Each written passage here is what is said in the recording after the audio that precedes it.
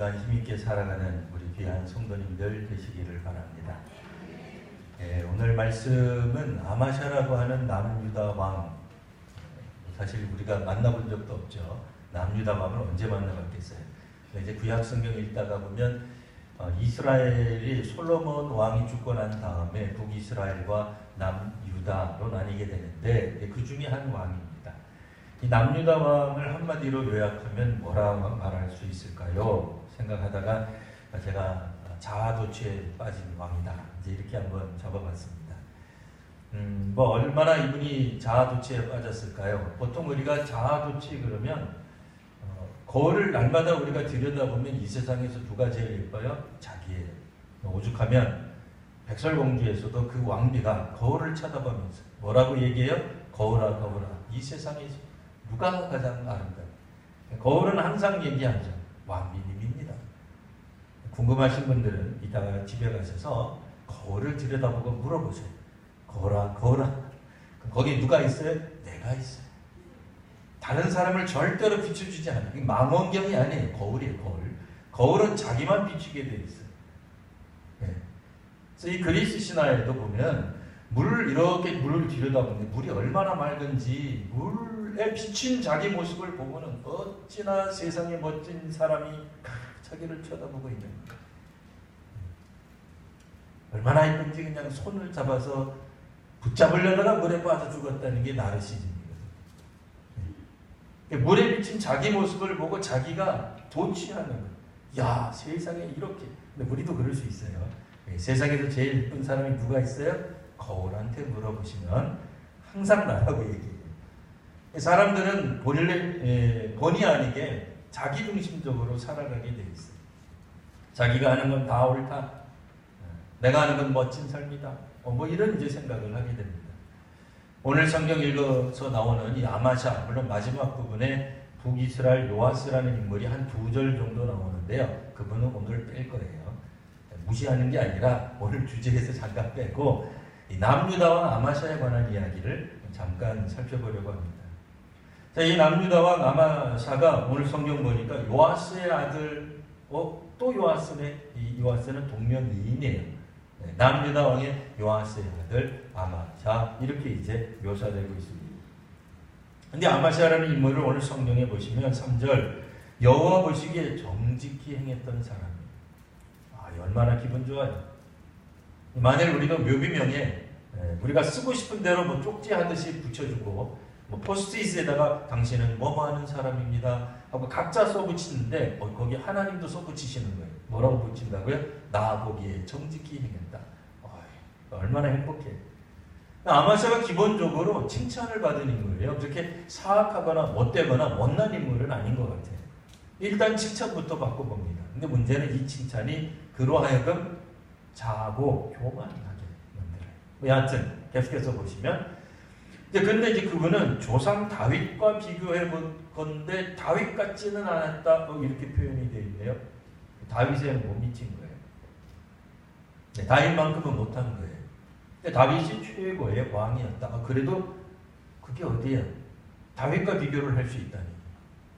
여러분 누구랑 비교하세요? 예전에 학교 다닐 때 한번 생각해 보세요. 우리는 누구랑 비교를 당했을까요? 전교 1등하고 우리가 비교 당했는데 그 사람이 비하면 조금 못 미치지. 그러려면 한 전교 10등, 20등 할 때 얘기해요. 만약 전교생이 100명인데 내가 90등에서 100등 사이에 있다, 그럼 전교 1등하고 비교하지 않아요. 네, 비교 대상이 안 돼요. 너무 멀면 비교를 못해요.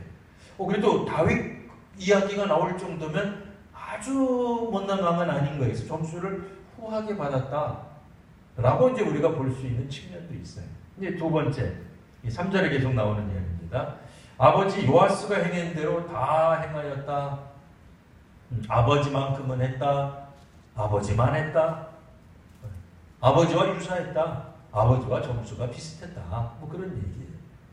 그러면 이제 이 대목에서 유다왕 요아스는 어떤 인물이었는가 짚고 넘어가지 않을 수 없겠죠. 요아스는 7살에 왕이 된 인물이에요. 세상에 7살에 왕이 되는, 뭐 말도 안 되는 얘기 같지만 또 구약 성경에는 7살에 왕이 된 인물이 있어요. 그의 할머니가 얼마나 악행을 저질렀는지, 하필이면 북이스라엘의 아합의 딸이었어요. 아합. 우리가 교회를 오래 다니지 않으셔서도 이 사람 아주 사악한 사람이다 이렇게 들으셨을 거예요. 혹 못 들으신 분들은 오늘 계속 들으면 돼요. 북이스라엘에서 가장 악독한 왕 이름이 아합이에요. 근데 이 아합의 딸이었어. 누가? 요아스의 할머니가. 그러니까 뭐 꼭 혈통이 그러니까 꼭 나쁘다 그렇게 말하기는 어렵죠. 오늘날 우리도 그렇게는 생각합니다. 너희 아버지가 누구냐? 할아버지가 누구냐? 그래? 그럼 너도 친일이었겠구나. 이렇게 말할 수 없어요. 네. 뭐 할아버지 때 어떻게 됐든지 간에 아들이나 혹은 손자 때, 뭐 혹은 딸이나 손녀 때 가서는 또 다른 양상, 또 다른 모습을 보여줄 수 있어요. 이제 문제는 구약 성경에서는 그런 경우라면 또 다른 평가를 할 거예요. 근데 오늘 성경에서 말을 하는 거는 그런 평가는 아니었어요. 네. 그래서 이 요아스의 할머니가 굉장히 악독해가지고는 뭐 왕자들을 다 죽여버려요. 왕이 될 사람들을 다 죽여버려요. 그리고 그때에 요아스라는 인물이 용케 살아나요. 그래서 여호와의 성전에 몰래 피신해서 그가 7배 동안 보내다가 이제 신하들이 혹은 이제 제사장 여호야다 이 일에서는 안 되겠다. 아무리 남유다에 여왕이 있을 수도 있죠. 그러나 악행을 저지르고 바알 신앙의 부흥기를 가져다 준 그런 여왕은 남유다에 적절치 않다. 해가지고 다시 한번 쿠데타를 일으키게 됩니다. 그래서 요아스라는 인물이 갑자기 7살의 왕이 돼요. 그리고서는 특별히 이분은 하나님의 성전, 여호와의 성전을 고치는 일에 대한 특심을 가져요. 아주 열심을 가져요. 뭐 성경에는 안 나와요. 왜 하필이면 이 사람이 여호와의 성전 고치는 일에 이렇게 열심을 했을까? 추측 가능한 거는 그가 아무래도 여호와의 성전에서 가깝게 살았잖아요. 어린 시절 거기서 보냈잖아요. 그러니까 뭐가 많이 보였을 거예요. 물이 안 나오네. 에어컨이 안 나오네. 그때 당시 에어컨 없었어요. 너무 이상하게 생각하지 마시고. 그러면서 보니까 여러 가지 생각이 들었을 거예요. 그러다가 그가 왕이 되고 나니 옛날에 살던 집이 생각나지 생각 안 났겠어요? 여호와의 성전을 좀 고쳐야 되겠다 해서 수리하는데 상당한 부분, 이 앞부분 열왕기하 13장에 보면 상당한 부분을 그걸 지면을 할애한단 말이에요. 그러니 굉장히 좋은 왕이에요. 여호와를 사랑하고 여호와의 성전에 대한 뭔가 좀 해보겠다는 그런 의지를 가졌던 왕이에요. 자, 그러면 4절 그의 평가가 이렇게 긍정적으로만 끝나냐? 그러면 얼마나 좋겠어요. 4절 오직 산당들은 제거하지 않았다.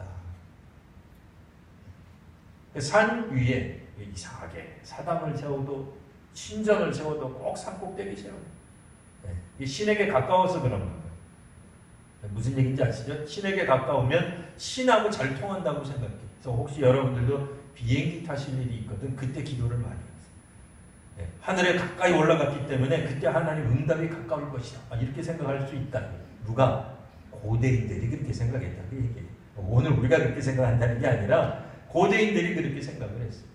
그러니까 산 쪽에, 산 위에 이렇게 보통들 그래서 신전 이런 것들을 많이 지었어요. 근데 이 산당이 여전히 남아요.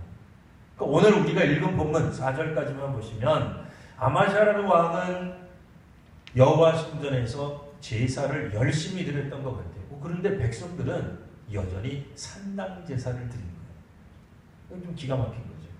그러니까 자기는 하나님 앞에 잘 보였는지 뭐 어땠는지 몰라도 왕이잖아요. 명색이 왕인데 백성들은 산당 제사를 드리도록 여전히 허용하였다, 방치하였다, 왕의 기능을 잘 못했다 그랬는데.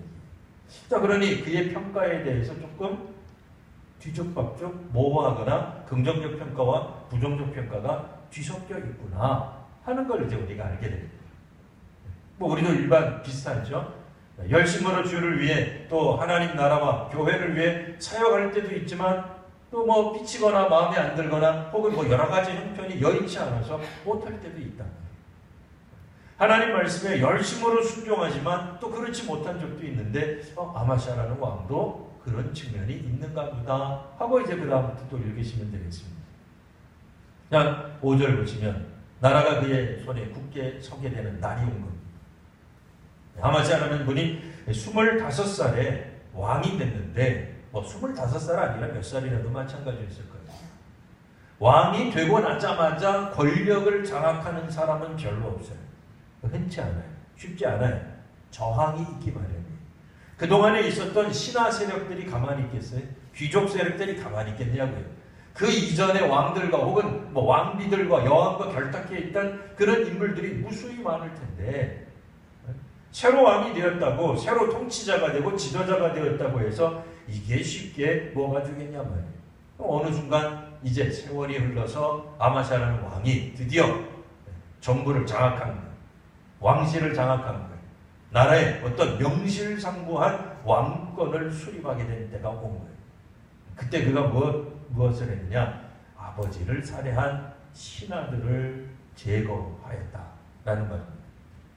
네. 아버지가 또 비운해 준 거예요. 또 이 아버지가. 네. 그 요아스라는 왕이었잖아요.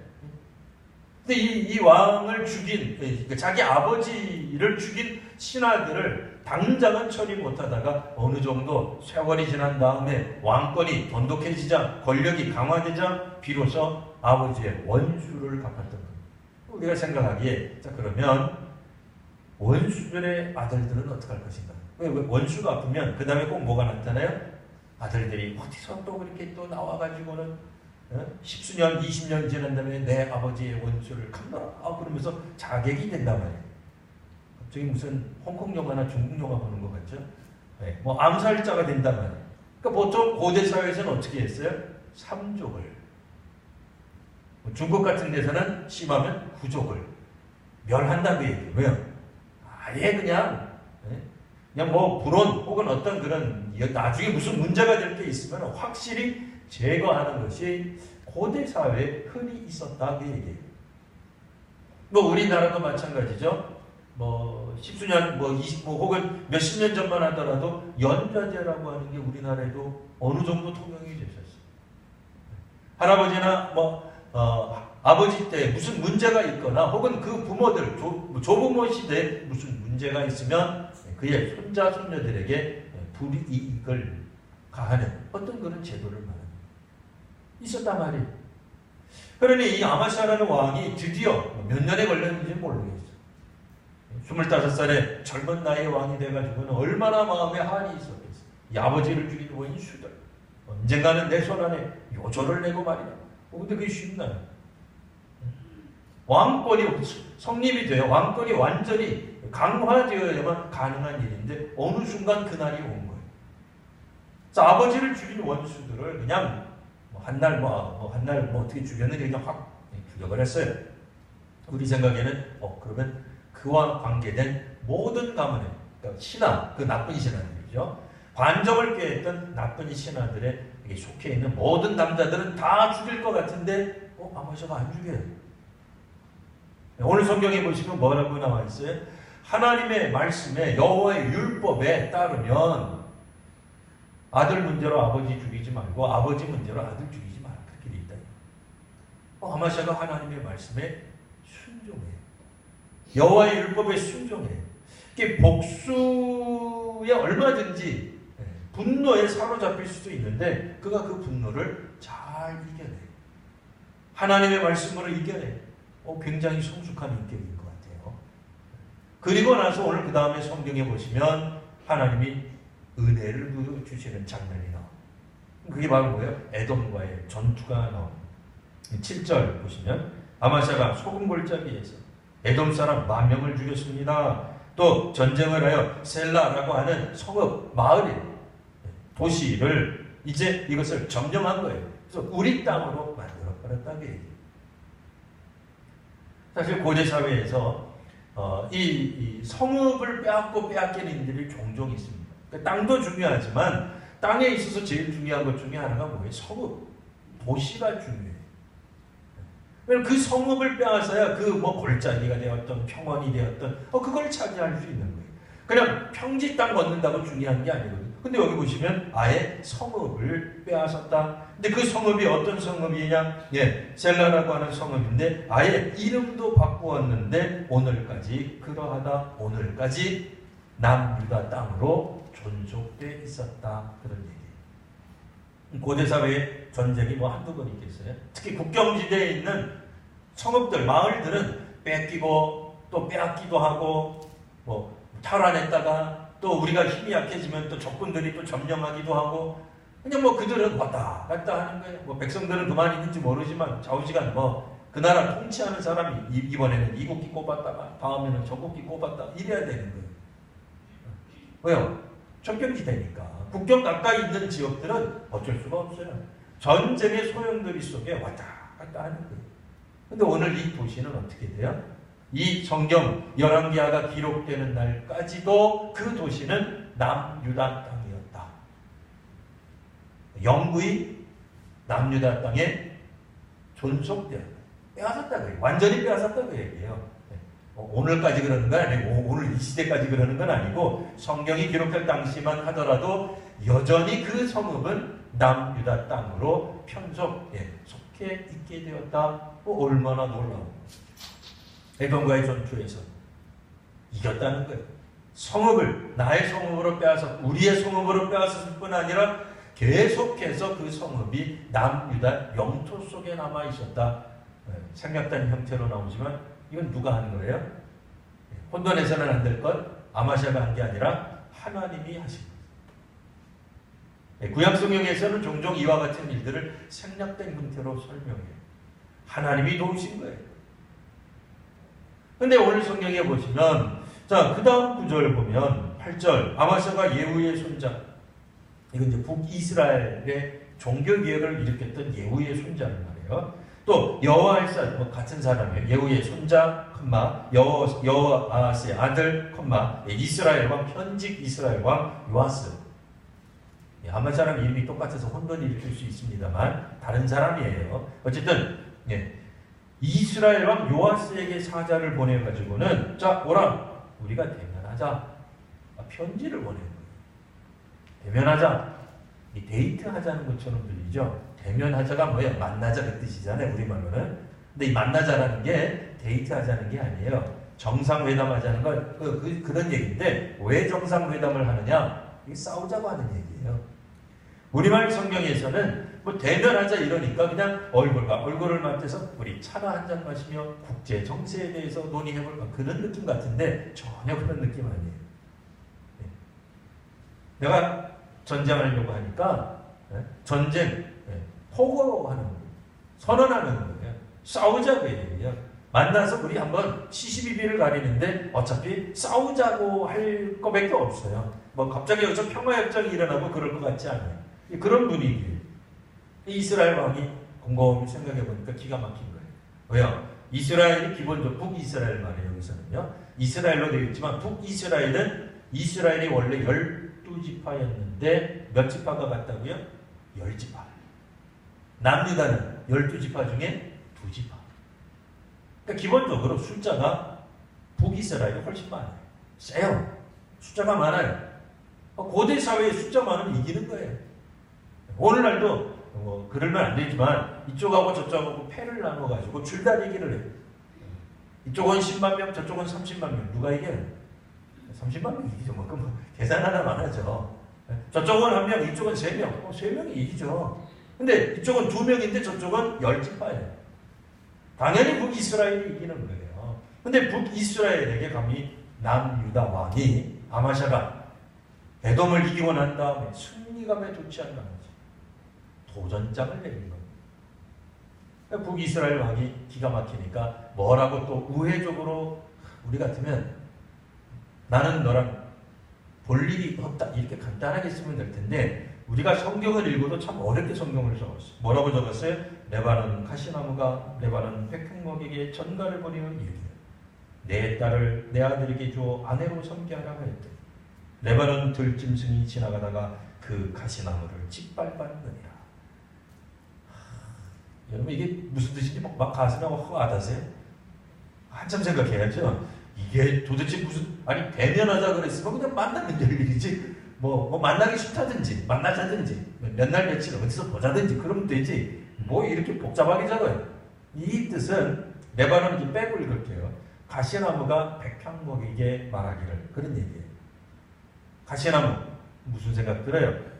이거 뭐 꽃꽂이 할 수 있겠어요? 우리는 해요. 우리는 사순절이 있기 때문에 해요. 근데 일반적으로는 안 해요. 가시나무 별로 쓸데가 없어요. 물론 원해하는 분들이나 농사 짓는 분들은 또 다른 의견을 낼 수 있겠습니다만 일반적으로 가시나무는 보통 사람들은 잘 쓰지 않는 나무예요.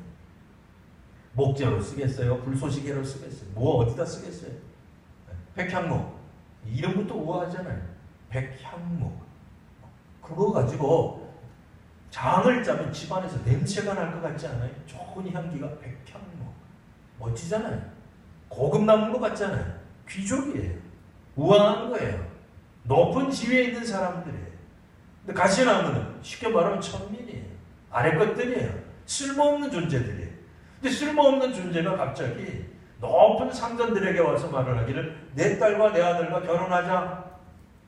사돈 맺자. 사돈자 빼면 뭐예요? 니랑 나랑 결혼하자. 그런데 이거는 가시나무가 백향목한테 얘기합니다. 백향목이 가시나무한테 얘기해도 지금 될까 말까인데 뜬금없이 가시나무 주제에 백향목 보고 우리 같이 화친하자. 이런 이야기하면 어느 백향목이 듣겠느냐 이거예요. 안 듣죠. 우리말로는 뭐가 있어요? 지나가던 뭐가 웃어요? 개가 웃는 거예요. 저 목사님이 설교하다 말고 왜 망발이냐, 왜 개를 끄집어내느냐, 그 얘기가 아니었고 다음 구절 보시면 레바논 듬실승이 지나가다가 그 가시나무를 짓밟았느냐. 들짐승이라는 거예요. 개라고 표현은 돼 있지 않지만 레바논에 있는 들짐승이 그 가시나무를 짓밟았다. 우리말로 식으로 바꾸면 지나가던 개가 웃을 일이다. 그것과 유사한 뜻이에요. 말도 안 되는 얘기다. 남유다 왕이 이 화신을 들었겠죠. 근데 이 회신이 조금 더 있습니다. 10절 보시면 내가 에돔을 쳐서 파하였으므로 마음이 교만해졌구나. 스스로 영광을 삼아 그거 만족하고 거기서 멈춰라. 에돔 이겼으면 됐지. 나한테까지 싸움 시비 거느냐. 그런 얘기. 나하고 싸우러 오지 말고 내 집으로 돌아가라. 에돔 싸워서 이긴 거를 영광으로 삼고 기쁨으로 여기고 그냥 거기서만 멈춰라. 근데 이미 자아도취에 빠진 아마시아에게는 들릴 리가 없습니다. 에돔과 싸워서 이겼죠. 얼마나 기분이 좋았겠어요. 이스라엘과도 싸워서 이길 거라는 생각을 하게 된 겁니다. 그래서 결국은 둘이 붙어요. 싸워요. 전쟁해요. 어떻게 됐겠어요? 당연히 유다 왕이 졌죠. 그가 포로로 잡혀요. 고대 사회에서 왕이 포로로 잡히면 벌써 전쟁 끝난 거예요. 고대 전쟁에서는 왕을 죽이는 게 최우선의 목표예요. 왕 죽으면 그냥 전쟁이 끝나버리는 거예요. 왕이 사로잡혀 버렸어요. 아마시아가 사로잡혀 버려가지고는 그냥 예루살렘 성벽이 그냥 수백 미터의 손상이 가고 왕궁과 또 성전에 안에 있던 금, 은, 보석들을 전부 다 빼앗기고 마는 수치를 안게 되는 거예요. 자, 오늘 우리 성경에 보시면 사실 이게 좀 생략된 형태로 나와 있어서 뜬금이 없어요. 에돔을 잘 이겨놓고 왜 갑자기 남유다 왕 아마시아가 북이스라엘과 다투려고 했을까? 이게 안 나타나요. 자, 우리가 이제 다른 성경을 좀 보셔야 돼요. 그 다른 성경이 어디냐면 역대하 25장입니다. 여러분 성도님들은 역대하 25장을 펼쳐놓고 그냥 눈으로만 쭉 보시면 돼요. 역대하 25장, 구약 성경 688면 또 689면이 있습니다. 그 내용에 보시면 오늘 우리들이 읽은 본문과 거의 일치하는데 오늘 본문에 없는 내용이 나와요. 그 내용을 간략하게 설명하면 이렇습니다. 그러니까 남유다가 이 에돔을 치려고 할 때에 군사를 확인을 해봤어요. 남유다 왕국의 사람들이 무려 30만 명이 모였어요. 근데 아마시아가 생각할 때 30만 명 갖고는 좀 부족한 것 같아요. 어떻게 하겠어요? 용병을 써야 되는 거죠. 용병을 어디다 쓰냐면 북이스라엘에다가 용병을 부탁해요. 굉장히 친하죠? 아까는 분명히 싸우자고 덤볐는데 이때만 하더라도 아직은 에돔을 치기 전이었기 때문에 북이스라엘하고 괜찮았어요. 네. 에돔이라고 하는 나라가 남유다도 괴롭혔지만 북이스라엘도 괴롭힌 것 같아요. 그러니까 그 나라에 그들이 하나가 되어서 에돔을 치기로 합니다. 그래서 북이스라엘에서 군사 10만 명을 빌려줘요. 남유다에서는 어떻게 해요? 100달란트를 우리로 말하면 선물로 주는 거예요. 돈을 주는 거예요. 근데 하나님의 선지자가 나타납니다. 남유다 왕 아마시아에게 말을 하기를 하나님이 이스라엘, 북이스라엘 군사들과 같이 연합해서 싸우는 걸 기뻐하지 않으신다. 돌려보내라는 거예요. 네. 아마시아가 걱정이 됐어요. 아니 그러면 우리는 벌써 은 100달란트를 지불했는데 어떻게 하면 좋습니까? 내가 손해보는 거 아닙니까? 네? 그 돈도 되돌려 못 받고 뭐라고 얘기해요? 하나님이 그것보다도 더 많은 것들을 보상해 줄 것이다. 아마시아가 마음이 든든해졌어요. 그래, 그까지 100달란트 포기하지 말고.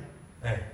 하고는 북이스라엘 군사들 보고 여러분 여기까지 왔는데 수고하셨는데 이제 집에 돌아가세요. 이랬네. 그 북이스라엘 군사들이 집에 가면서 생각하기를 은 100달란트도 물론 받았지만 그들이 크게 기대했던 게 있었던 것 같아요. 뭐야? 약탈을 하게 되면 고대 전쟁에서는 전사들, 이 병사들이 약탈하면 약탈하고 다 자기네들이 갖고 갔던 것 같아요. 근데 그걸 못하게 된 거 아니에요. 에돔을 공격해가지고 에돔 사람들 그들을 어쨌든 전부 다 처단하고 그들이 가지고 있던 물건을 이렇게 빼앗아 와야 또 다른 어떻게 보면 수입이 생기는 거죠. 전쟁에서 이기면 일종의 생명수당 같은 게 이제 따로 나오는 거예요. 어디서? 전쟁터에서. 남의 나라를 침공함으로써. 근데 그거를 못 얻게 된 거예요. 일종의 선불금은 받았지만 전쟁에 참여해서 얻을 수 있는 이익이 눈앞에서 사라져버리고 만 거예요. 기분이 나빴어요. 북이스라엘 사람들이 어떻게 해요? 돌아가면서 남유다 마을을 습격해버려요. 이 사람들 이상한 사람들이야. 그냥 100달란트 받았으면 그냥 가지. 그거 왔다 갔다 여비도 되고 뭐 용돈도 되고 다 되는데 그냥 그걸 그냥 화를 못 참아가지고는 나를 무시해. 그래가지고 남유다 3,000명을 죽인 거예요. 그러니까 남유다 왕이 승진이 나지 승진이 안 나겠어요? 아니 100달란트까지 줬는데 하나님이 내가 뭐 당신들을 안 쓰겠다는 것도 아니고 하나님이 쓰지 말라 그래서 쓰지 않은 건데 기분이 단단히 나쁠 수 있죠. 근데 여하튼 남유다 왕이 북이스라엘 군대 10만 명을 빼놓고도 자기네들 군사 30만 명만 가지고도 에돔을 크게 이겨요. 사실은 하나님 말씀에 순종한 거죠. 하나님이 에돔을 이기게 해주신 거죠. 근데 아마샤가 오늘 본문은 아닙니다만 역대하 25장을 읽다가 보면 무슨 내용이 나오냐면 에돔의 신들도 가지고 와요. 누가? 남유다 왕 아마샤가. 그러니까 에돔을 무찔렀으면 거기서 끝나야 되잖아요. 에돔으로부터 수많은 어떤 물건들을 탈취해 왔잖아요. 그럼 그것으로 끝내야 되죠. 은 100달란트보다 훨씬 더 많은 돈들을 탈취해 왔을 거예요. 빼앗아 왔을 거예요. 전리품이니까요. 뭐 빼앗는다는 표현이 좀 그렇고 전리품으로 다 가지고 왔을 거다 말이에요. 거기서 멈춰야 되는데 전리품 중에 뭐가 들어있었냐면 에돔의 신들이 들어가 있었다. 그리고 아마샤가 에돔 신을 섬겨요. 에돔 신을 저도 못 봤어요. 이뻤는지 멋있었는지 자랑스러웠는지 용맹스러웠는지 아니면 에돔 신은 말을 못하니까 여호와는 자꾸 뭐라고 얘기하잖아요. 우리가 가만히 있으면 내가 알아서 다 할 텐데 꼭 선지자를 불러다가 이 중요한 시간에 말이야 이러쿵저러쿵 얘기 얼마나 기분 나빠요. 명색이 자기가 왕인데 은 100달란트 써서 에돔을 그냥 싹쓸이 하려고 북이스라엘 10만 명을 데리고 왔는데 하나님이 그걸 좀 봐주시지. 선지자 보내가지고 뭐라고 얘기하시잖아요. 기분이 나쁘지? 기분 안 나빠요? 살짝 기분이 나빴던 모양이에요. 에돔 신을 섬기는 맛에 들려요. 아마샤가. 에돔 신이 뭐라고 얘기를 하겠어요? 아무 말도 안 하지. 그러니까 여호와의 선지자를 다시 한번 하나님이 보내서 네가 지금 에돔 신 섬길 때냐? 라고 하나님이 계속 예언하시고 경고하세요. 아마샤가 어떻게 해요? 내가 언제 너희들을 우리로 말하면 뭐예요? 내 스승으로 삼았냐? 국사로 삼았냐? 네가 뭔데 나보고 이러쿵저러쿵 얘기하냐? 시끄럽다. 조용히 해라. 우리말로 뭐예요?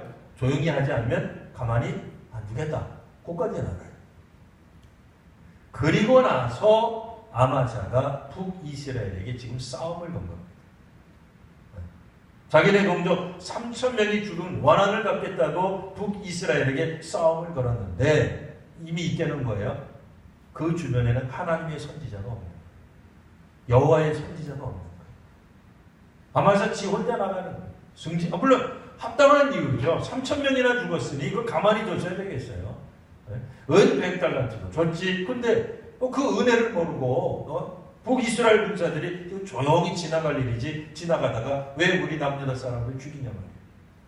화가 나서 북이스라엘과 싸움을 걸기는 했으나 그가 이미 잘못된 사고를 하고 만 거예요.